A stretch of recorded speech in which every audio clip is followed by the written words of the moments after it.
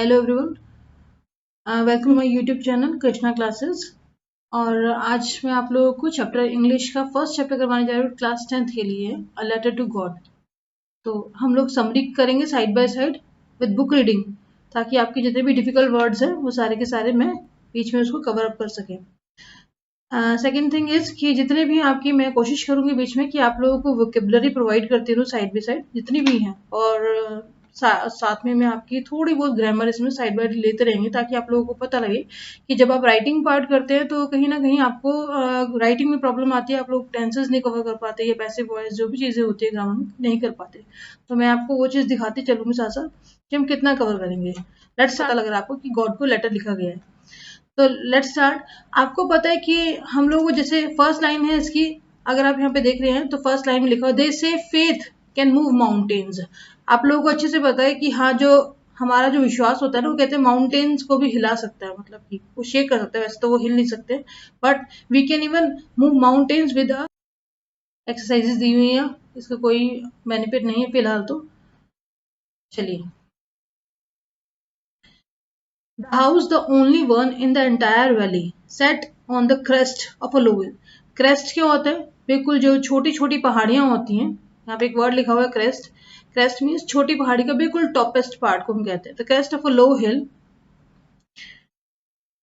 From this height one could see from this height one could see the river and the field of ripe corn dotted with the white flowers. Dotted with the white flowers means dotted with the white flowers, कि वो पूरी तरह से, क्योंकि जो उसकी फसल थी, जो उसके क्रॉप थे, वो बिल्कुल पकने वाले थे, और वो बिल्कुल कहते हैं ना बिल्कुल पका हुआ, जैसे वाइट फ्लावर्स उसके जो थे, ऐसे लगता है कुछ बिछा हुआ है। That always promised a good harvest, जो एक अच्छी फसल की पहचान होते हैं, वो दिखाते हैं कि एक अच्छी हार्वेस्ट होने वाली है। ऑब्वियसली अगर जितनी भी हमारी फसल होती है उसके ऊपर फ्लावर आए हुए हैं, बर्ड्स आए हुए हैं, तो इसका मतलब एक अच्छी हार्वेस्ट होने वाली है।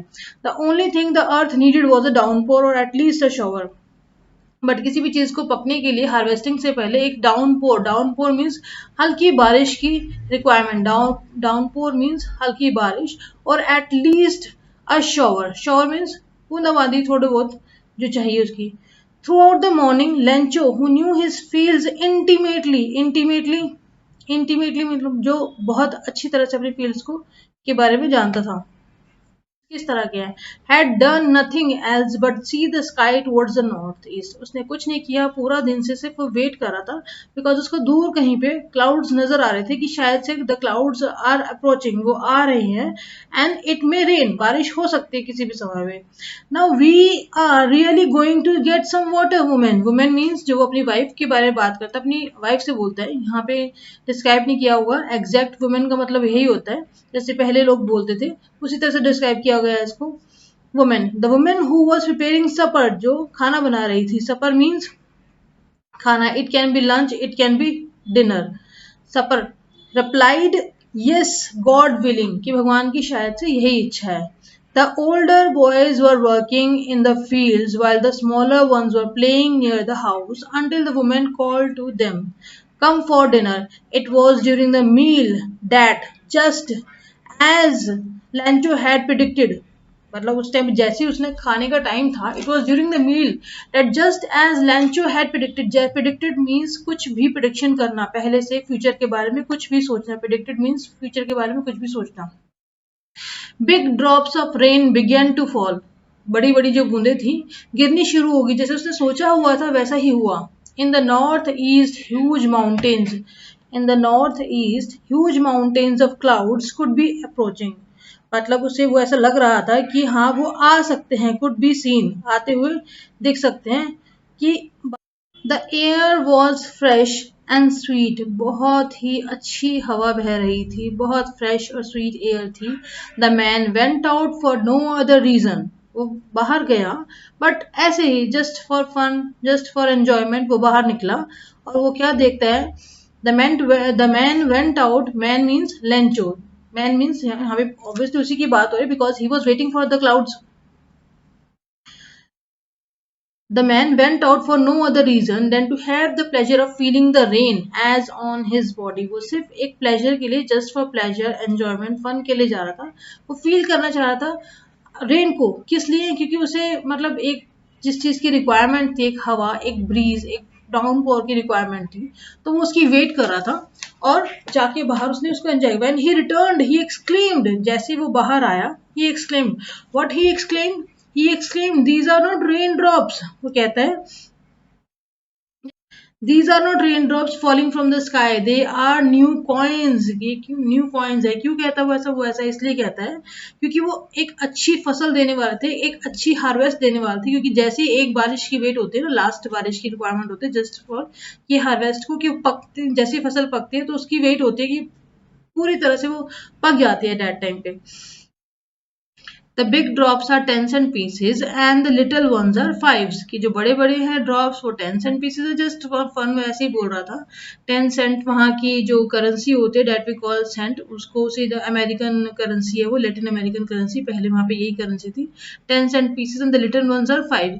With a satisfied expression he regarded the field. वो सेटिस्फैक्शन दिखा रहा था, उसका एक एक्सप्रेशन था क्योंकि वो सेटिस्फाई था, क्योंकि वो डाउन पोर की वेट कर रहा था।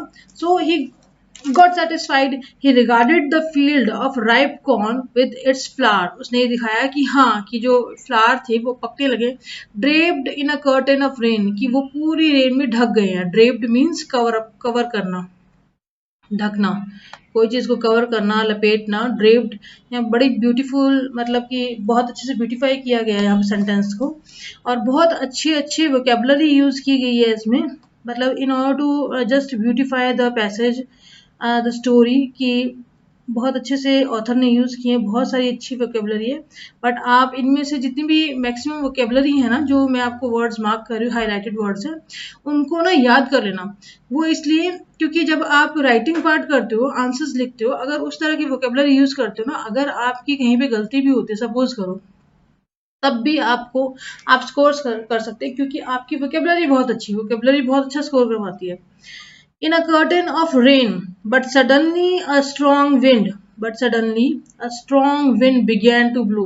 but अचानक से एक strong wind, तूफान, began to blow, and along with the rain very large hailstones। hailstones means जो जिनको हम ओले बोलते हैं, बर्फ की जो छोटे छोटे पीसेस गिरते हैं आसमान से, began to fall। These truly did resemble new silver coins। उसको लगा कि हाँ यार ये तो कुछ नया ही हो गया, रिजेंबल, उसे ऐसा लगा। These truly did resemble new silver coins, तो कोई नए सिल्वर कॉइन्स आ गए हैं, और ये बस अगर ऐसे ही रहेंगे तो ठीक है, बहुत ज्यादा अगर होते हैं तो वो हार्म कर सकते हैं, it can harm there, they could harm their its harvest। the boys exposing themselves to the rain। the boys exposing means कि बाहर निकल के, बाहर उस रेन का आनंद ले रहे थे वो लोग। themselves to the rain ran out to collect the frozen pearls। जैसे बच्चे जाते हैं ना भागे भागे हिल स्टोन्स को कलेक्ट करने के लिए, हमने भी किया यार बचपन में, हम भी करते थे।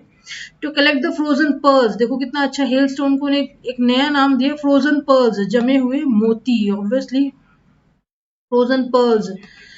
It is really getting bad now, but धीरे धीरे वो बहुत बुरी होती जा रही, बहुत बुरी। It is really getting bad, ये आपका प्रेजेंट कॉन्टिन्यूस लगा हुआ है, इट हमने यूज किया, रेन के लिए यूज किया। It is really getting bad now, तो एक फ्रेज बन गया ये पूरा का पूरा। एक्सक्लेम द मैन, बड़ा हैरान हुआ, सरप्राइज द मैन उसने। I hope it passes quickly, वो कहता है कि काश, आई होप, मैं आशा करता हूं कि ये जल्दी से गुजर जाए। इट पासिस क्विकली, बहुत जल्दी से। It did not pass quickly, but वो नहीं हुई। For an hour the hail rained on the house, for a continuous hour, लगातार 1 घंटे तक बारिश बरसती रही। हेल रेन मीन्स कि वो जो बर्फबारी थी वो होती रही। Hail rain on the house, the garden, the hill side, the cornfield, on the whole valley, पूरी की पूरी वैली जहां पे वो रहते थे, उसके जो कॉर्नफील्ड थे, पूरी valley. The field was white, the field was wide, as if covered with salt. जैसे वो पूरी की पूरी जो वैली है ना, वो सॉल्ट से कवर हो गया, इस तरह से वो लग रहा था। Not a leaf remain on the tree, एक भी पत्ता था जो किसी भी पेड़ पर नहीं बचा था। कॉर्न वॉज टोटली डैमेज, जितने भी उसके कॉर्न लीव्स थे, ट्रीज थे, प्लांट्स थे, क्रॉप थे, वो टोटली डिस्ट्रॉयड हो गई, टोटली र्यून्ड हो गए, तबाह हो गए, खत्म हो गए। क्योंकि ऑब्वियसली जब हैवी रेन होती है ना, या तो हैवी रेन से और हेल स्टोन से, जब हम एक भी पत्थर मारते हैं तो आपने देखा ना कि जो ग्रास होती है, समटाइम हम कहीं पे ग्रासी एरिया है, एक बड़ा सा पत्थर मारते हैं तो क्या होता है, वो सारी की सारी जो ग्रास है ना वो गिर जाती है और खराब हो जाती है, तो उसके जो कॉर्नफील्ड्स थे वो भी डिस्ट्रॉय हो गए।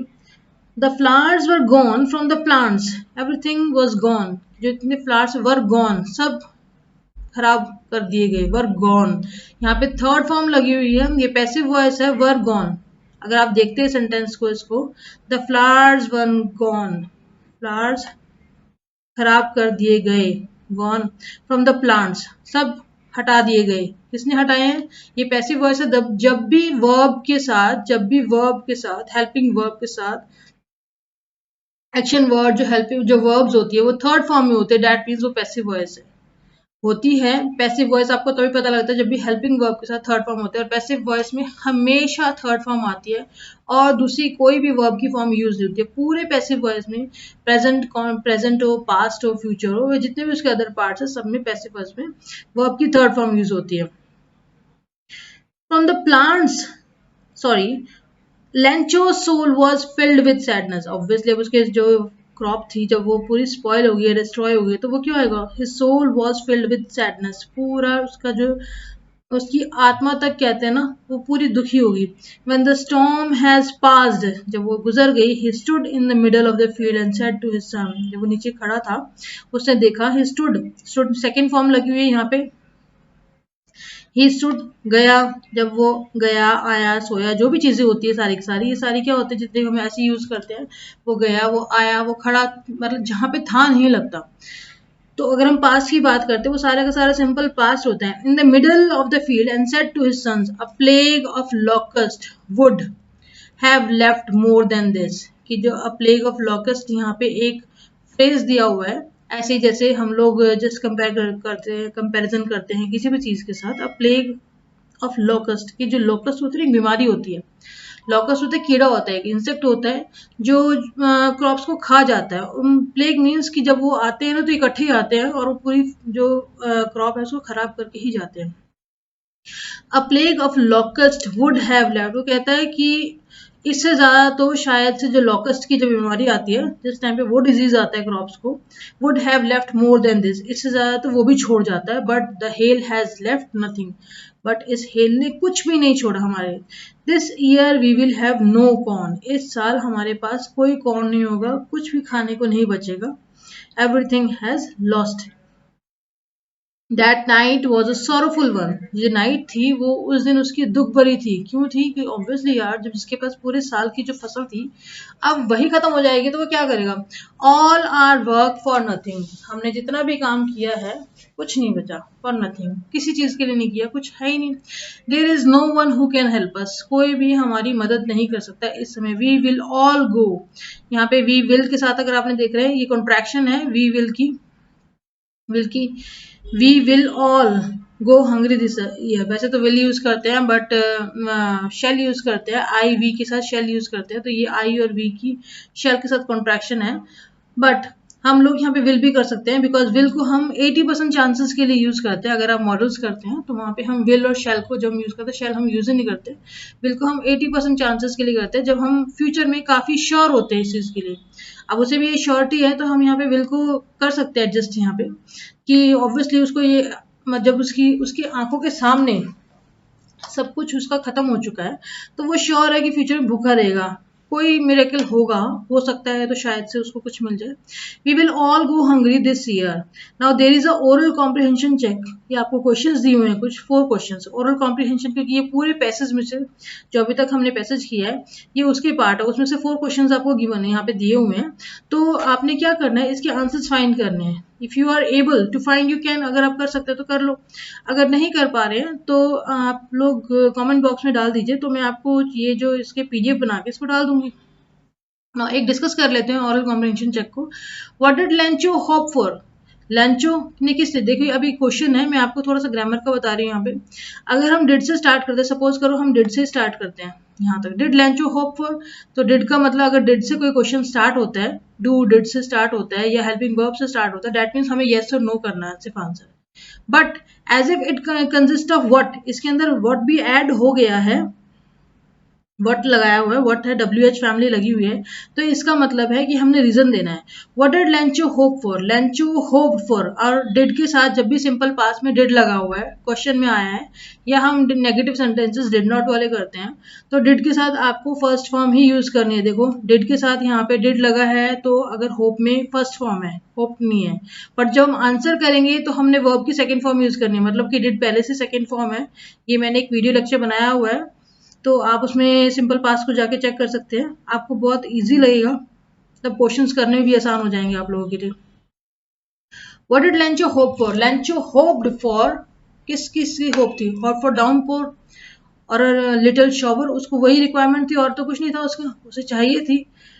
It was his need. Why did Lencho say the raindrops were like new coins, उसने ऐसा क्यों कहा कि जो रेन ड्रॉप्स है वर लाइक न्यू कॉइन्स, क्योंकि उसने कभी ऐसे सोचे नहीं थे, क्योंकि 10 सेंट्स है, 5 सेंट्स है, उसने ऐसा सोचा था। बट जो रेन ड्रॉप्स थे जब हिल स्टोन्स में कन्वर्ट हो गए, तो उसने क्या सोचा, उसके लिए वही चीजें थी कि नहीं ये तो सिल्वर कॉइन्स में कन्वर्ट हो चुके हैं, नाउ न्यू कॉइन्स नए आ रहे हैं। अच्छी थी हार्वेस्ट, बहुत अच्छी है और अच्छी ही रहेगी, बट फिर भी उसको ये चीज थी। How did the rain change, third question is how did the rain change, rain कैसे suddenly the rain change into a storm wind, एक तूफान में बदल गई, वो जो नॉर्मल रेन थी, जो डाउनपोर था, वो उसमें चेंज हो गया। द रेन चेंज, डिड हटा के चेंज लग जाएगा। व्हाट हैपन टू लेंचोस फील्ड, क्या हुआ था लेंचो के फील्ड को, लेंचो के जो फील्ड थे, लेंचोस फील्ड, देखो यहाँ पे हमारे अपोस्ट्रोफी लगा हुआ है, अगर आप देखते हैं यहाँ पे लेंचोस फील्ड, लेंचो के जो फील्ड थे क्या हुआ था, ऑब्वियसली पूरे के पूरे खराब हो गए थे, स्पॉइल हो गए, डिस्ट्रॉय हो गए, र्यून्ड हो गए, सब खराब हो गए। Lencho's field were totally destroyed by the heavy storm wind. What was Lancho's feeling when the hail stopped? उसकी फीलिंग्स कैसी थी जब हेल रुक गई थी, बारिश रुक गई थी, तूफान रुक गया था, बर्फबारी रुक गई थी जब। लेंचोज फीलिंग, लेंचोज सोल, हमने किया था, सेम लाइन थी, you can take the same line. Lencho's soul feeling when the hail stopped. Lencho's soul was filled with sadness. Only the answer आपको ये मिल जाएगा पैसेज में, बट ये कॉम्प्रिहेंशन चेक इसलिए दिया हुआ है ताकि आप लोग अच्छे से क्वेश्चंस को फाइंड कर सकें, और इजी वे है, जैसे आप लोग 6, 7, 8, 9 में करते आ रहे हैं, तो ये इस तरह के जो NCERT की बुक्स में ये अवेलेबल है और ये बहुत ईजी हो जाता है। तो आफ्टर डैट अगर आप वोकेबलरी को कैच कर लेते हैं, जैसे मैंने आपको मार्क बताया था, हाईलाइटेड बताए थे, तो वो बहुत अच्छे से आप लोग कर पाएंगे। Thank you so much for watching this video. अगर आप लोगों को वीडियो अच्छी लगी हो तो प्लीज़ लाइक कीजिए और चैनल को सब्सक्राइब कीजिए, ताकि आप लोगों को ऐसी और वीडियोस अवेलेबल हो सके टाइमली। सेकेंड थिंग इज कि अगर आप लोग इसको अगर आपको कोई भी प्रॉब्लम लगती है, कुछ भी लगता है इसमें, तो आप कमेंट कीजिए हमें, या आपको वीडियो कैसी लगी वो भी